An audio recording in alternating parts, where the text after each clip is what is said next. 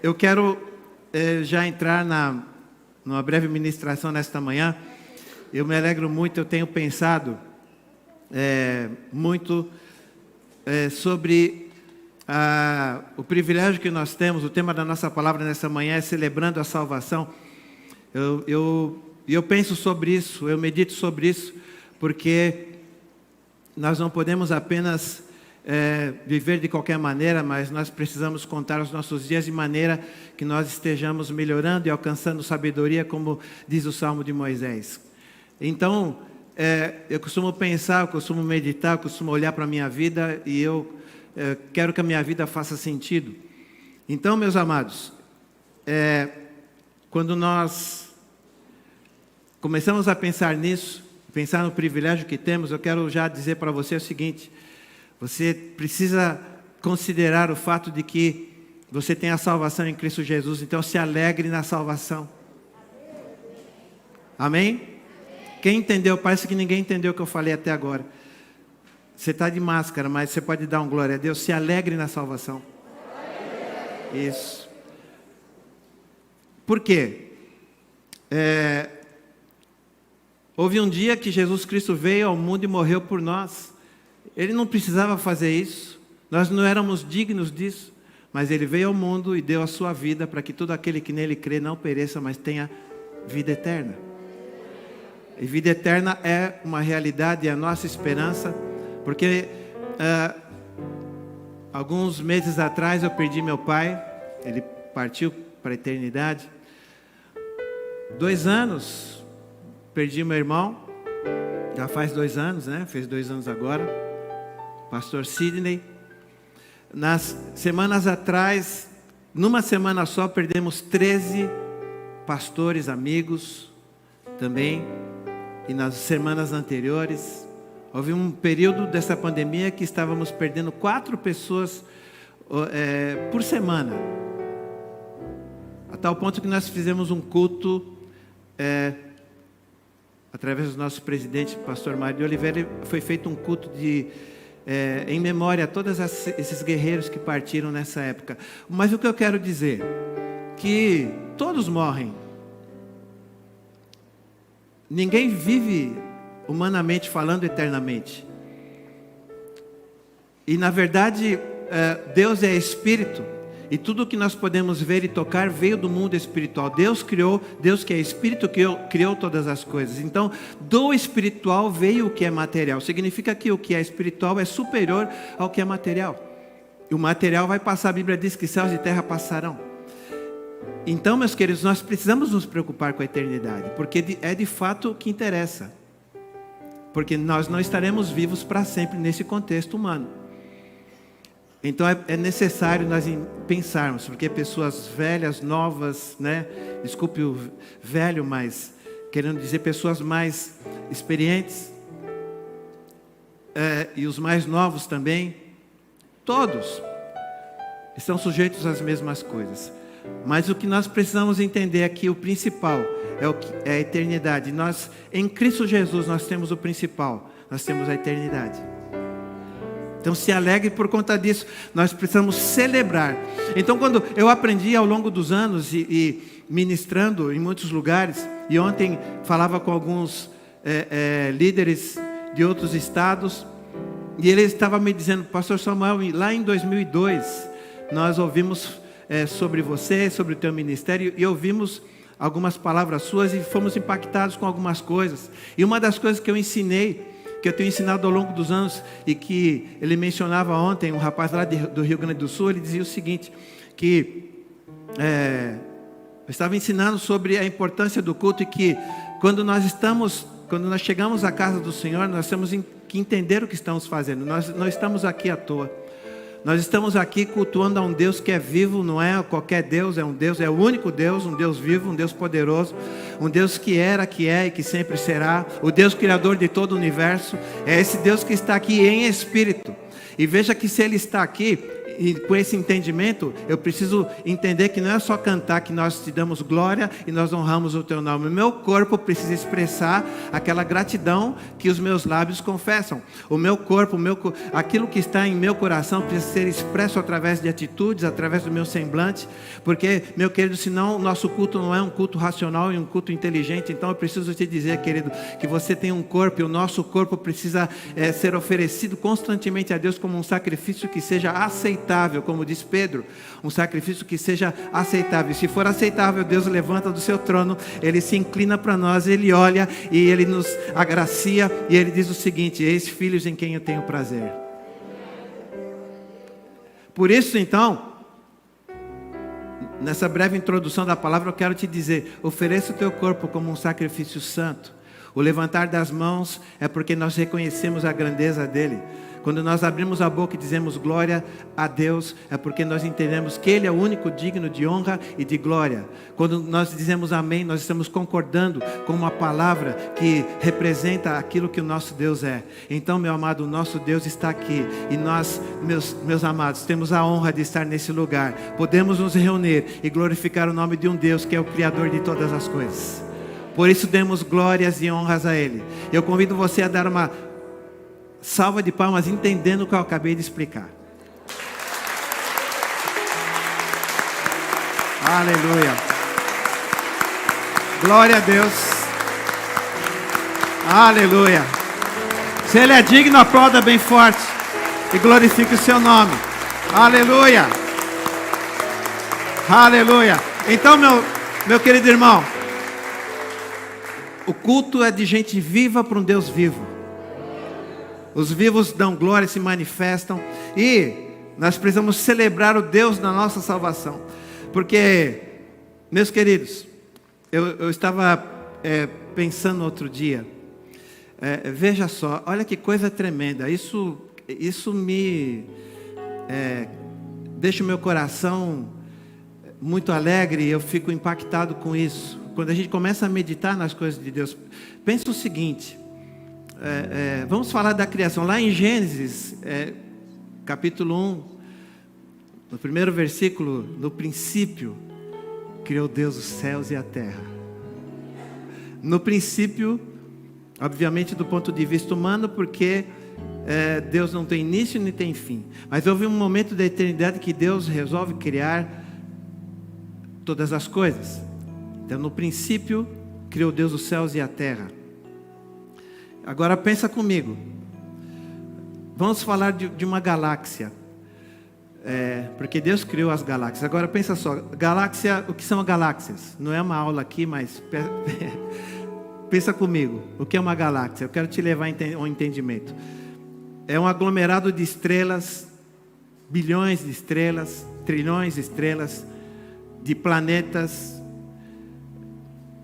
Tem gás e tem poeira também, que são ligados pela força da gravidade, com energia suficiente para criar outros planetas e outras estrelas, porque a criação não para. Ok? Então veja só, a nossa galáxia, que é a Via Láctea, ela tem uma idade estimada de mais de 13 bilhões de anos. Pensa, 13 bilhões, não dá para a gente pensar nesses números, né? É muito zero. 13 bilhões de anos. E nesse período, a nossa galáxia passou por várias fases evolutivas até chegar na sua forma atual. Mas existe uma nova percepção da nossa galáxia, que ela tem mais ou menos 200 mil anos-luz de extensão. Meu querido, vamos fazer mágica? 200 milhões de anos-luz. O que é um ano-luz? Um ano-luz, meu amado irmão, é a distância que a luz consegue percorrer em um ano. A distância que a luz percorre em um ano chama-se ano-luz. Olha só, agora vamos pensar. Distância que a luz percorre por um ano. Vamos ver a velocidade da luz, ó. Atrasou, por quê? Não é essa a velocidade da luz. Vamos de novo. Aí.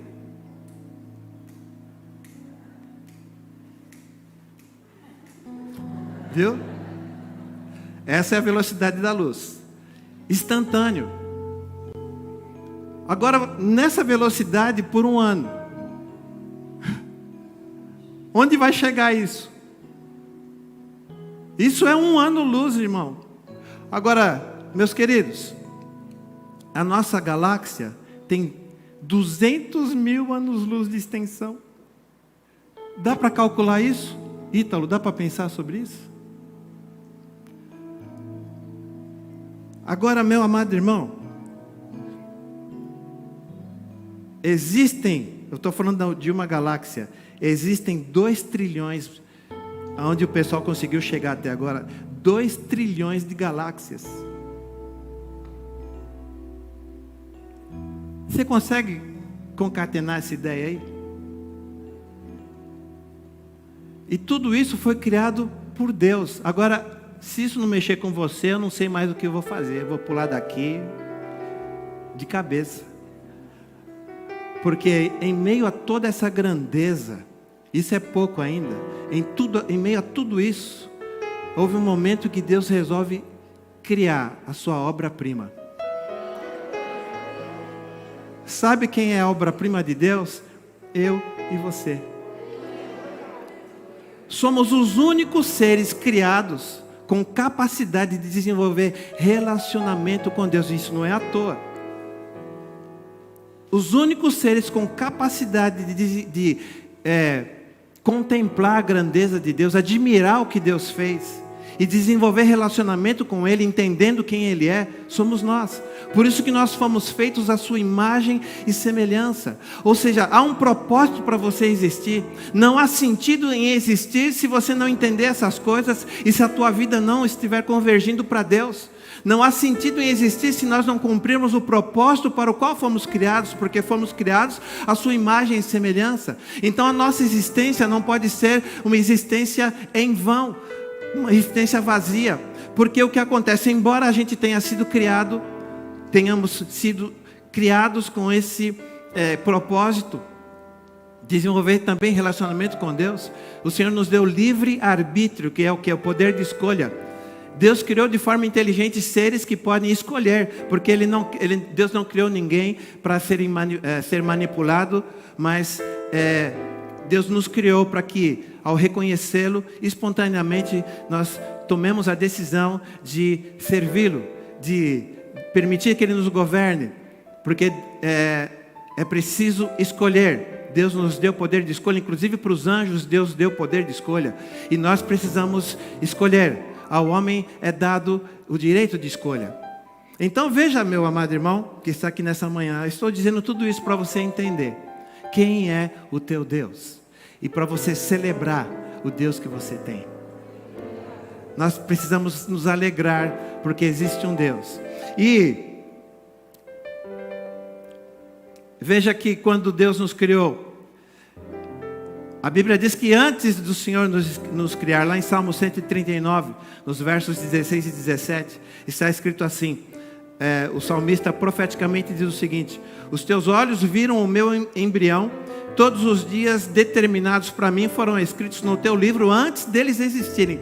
Pensa comigo, antes de você nascer, os teus dias já foram determinados por Deus. Aleluia! E como são preciosos para mim os teus pensamentos, diz o salmista. Ó Deus, como é grande a soma de todos os teus pensamentos a meu respeito. Então, significa que a tua história foi escrita e é uma história maravilhosa. A tua história foi escrita aí embaixo da galeria, a história de vocês foi escrita, aleluia. Aqui em cima da galeria e dos meus lados aqui, a história de cada um de nós foi escrita antes de nascermos, escritas no livro, as histórias aqui foram escritas no livro da vida. Agora, como nós temos poder de escolha, não significa que nós vamos viver aquilo que foi escrito a nosso respeito. É por isso que, quando o Senhor Jesus veio ao mundo, e depois que Ele ressuscitou e subiu à destra de Deus, Ele nos deixou o seu Espírito, que é quem nos guia a viver toda a sua verdade. E antes do Espírito, da forma que Ele está presente nos dias de hoje, já no Antigo Testamento, O Espírito de Deus também atuava de uma forma diferente, mas no Antigo Testamento já havia um direcionamento para que o mundo, para que os habitantes daquela época pudessem viver seguindo os padrões estabelecidos por Deus e ter uma vida feliz. Ou seja, o Senhor nos dá recursos para que a gente possa viver a história que foi escrita a nosso respeito. E na história que foi escrita ao nosso respeito, até as dificuldades, elas têm uma finalidade. E por conta do Senhor estar conosco em cada situação, nós vamos vencer, vamos surgir mais do que vencedores, e nós vamos superar toda e qualquer situação, porque em Cristo nós podemos todas as coisas e somos mais do que vencedores. Aleluia. Então você pode aplaudi-lo, meu querido, porque esse é o nosso Deus.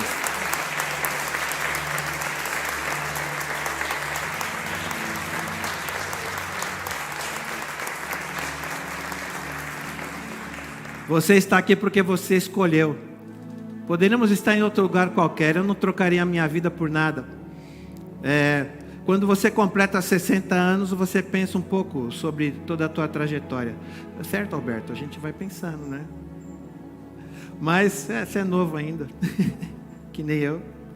Mas a gente vai pensando na nossa trajetória, né, Valdir? A gente vai pensando. E a gente vai avaliando a nossa vida.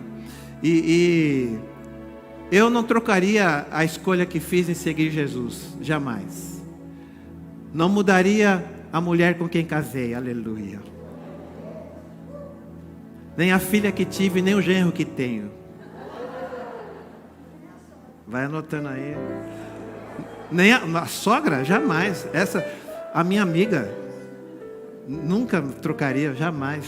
Um presente de Deus a gente vai trocar. Mas o que acontece? Não trocaria você, meu amado irmão. A igreja que nós temos. Você é abençoado, aleluia. Diga glória a Deus. Porque todas as coisas da nossa vida foram escritas. E eu me sinto vivendo a perfeita vontade de Deus. Então, querido, celebre a tua salvação. Celebre o fato de você existir para Deus e ter sido feito a sua imagem e semelhança. Celebre isso, aleluia. Celebre isso, meu amado. A gente vê o pessoal quando o time ganha, né? Celebrando, né? É Corinthians, é São Paulo, foi campeão aí. É São Paulino você? Parabéns. Mas a gente vê o pessoal celebrando. Agora deixa eu te falar. Celebre a tua salvação, meu amado. Celebre a alegria. A alegria do Senhor vai te fortalecer. Celebre o fato de você ter um futuro, a eternidade. Celebre o fato de você viver, existir com sentido. Aleluia. Isso faz sentido para você, meu querido. Aleluia. Então veja. O fato de nós sermos alvos do amor do Senhor, você tem que celebrar isso. O fato de nós termos essa esperança maravilhosa de vida eterna, celebre isso. Pode parecer loucura para alguns, para nós é uma esperança real e verdadeira. Celebre o fato de você ser herdeiro das promessas. Olha aqui para mim, você é herdeiro por conta do que Jesus Cristo fez. Você é herdeiro das promessas. Amém, amado? É isso. Veja que aleluia, nós precisamos glorificar a Deus por isso. E você tem o poder de escolher. Jesus trouxe para nós um tipo de vida que chama-se vida com abundância. Então viva esta vida abundante. Não é um tipo de vida qualquer, não é um nível de vida qualquer, é vida com abundância. É o tipo de vida que Jesus trouxe. É um tipo de vida que independe de circunstância. Em todas as circunstâncias da vida, o Senhor vai estar contigo. João 10:10, o ladrão não vem senão a roubar, matar e destruir. Eu vim para que vocês tenham vida e a tenham não de outra forma, senão com abundância. Outra coisa que Jesus nos deixou, que você deve desfrutar, paz. Paz é algo, querido, que nesse tempo de pandemia a gente viu tanta pessoa sem paz. As pessoas aflitas. Obviamente que é uma situação inédita, algo que nunca foi visto dessa forma, né? Mas muitas pessoas entraram em depressão, perderam a sua paz, ficaram com medo de morrer, enfim. Muita aflição, muitas pessoas perderam emprego, outros entraram em falência, muitos perderam a paz. Mas eu quero te dizer que a paz que Jesus Cristo nos deixou é uma paz que você deve desfrutar e celebrar. É uma paz que independe de circunstâncias. E o texto da palavra de Deus nos diz o seguinte: o Senhor Jesus, Ele disse: eu deixo um tipo de paz para vocês, E essa paz que eu dou a vocês não é a paz que o mundo oferece, que o mundo natural oferece. Não, eu não quero que vocês fiquem perturbados. Não tenham medo, a minha paz. E aí ele diz aqui em Filipenses 4:7, Paulo diz o seguinte: essa paz de Deus é uma paz que excede o entendimento, e ela vai guardar o coração de vocês em toda e qualquer circunstância.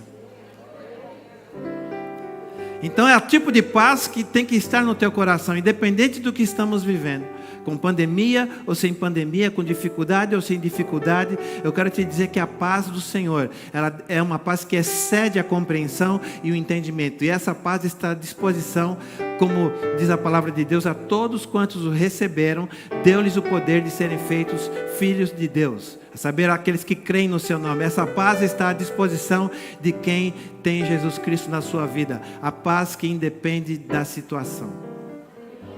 Que essa paz guarde a tua mente e o teu coração.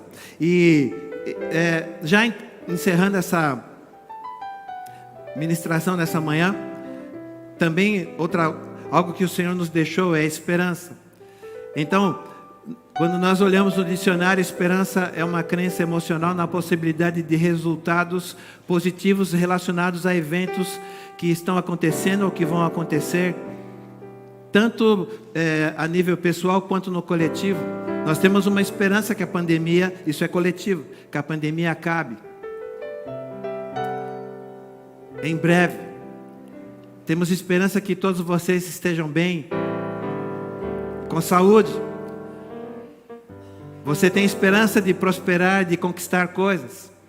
Mas eu quero te dizer, meu amado, lá em Salmo 62, verso 5, diz assim: descanse somente em Deus, minha alma. Ele fala para ele mesmo, ele diz: oh, minha alma, descansa somente em Deus. Não adianta querer descansar esperando em outras coisas. Ele diz: descansa somente em Deus, porque é dele que vem a minha esperança. Deus é o Deus da esperança, e é uma esperança real. Romanos 5, Paulo escreve no verso 5: e a esperança não nos decepciona. A esperança que nós temos em Deus não nos decepciona, porque Deus já derramou o seu amor em nossos corações por meio do seu Espírito que Ele nos deu. E finalmente em Romanos 15:13 ele diz que o Deus da esperança encha vocês de alegria e paz, porque quando há esperança vinda de Deus, você vai ter alegria e paz. Então quem entende o Deus que tem alegria, que excede, uma alegria por conta da paz que excede o entendimento, uma alegria que é a nossa força, quando nós cremos no Senhor. E o texto diz: para que vocês transbordem de esperança pelo poder do seu Espírito. Então, meu amado, transborde de esperança. E finalmente, último item: celebre ao Senhor, porque o amor dele está derramado em sua vida. Amém? E o amor de Deus é um tipo de amor incondicional, a tal ponto que João 3,16, conhecido no mundo inteiro, porque Deus...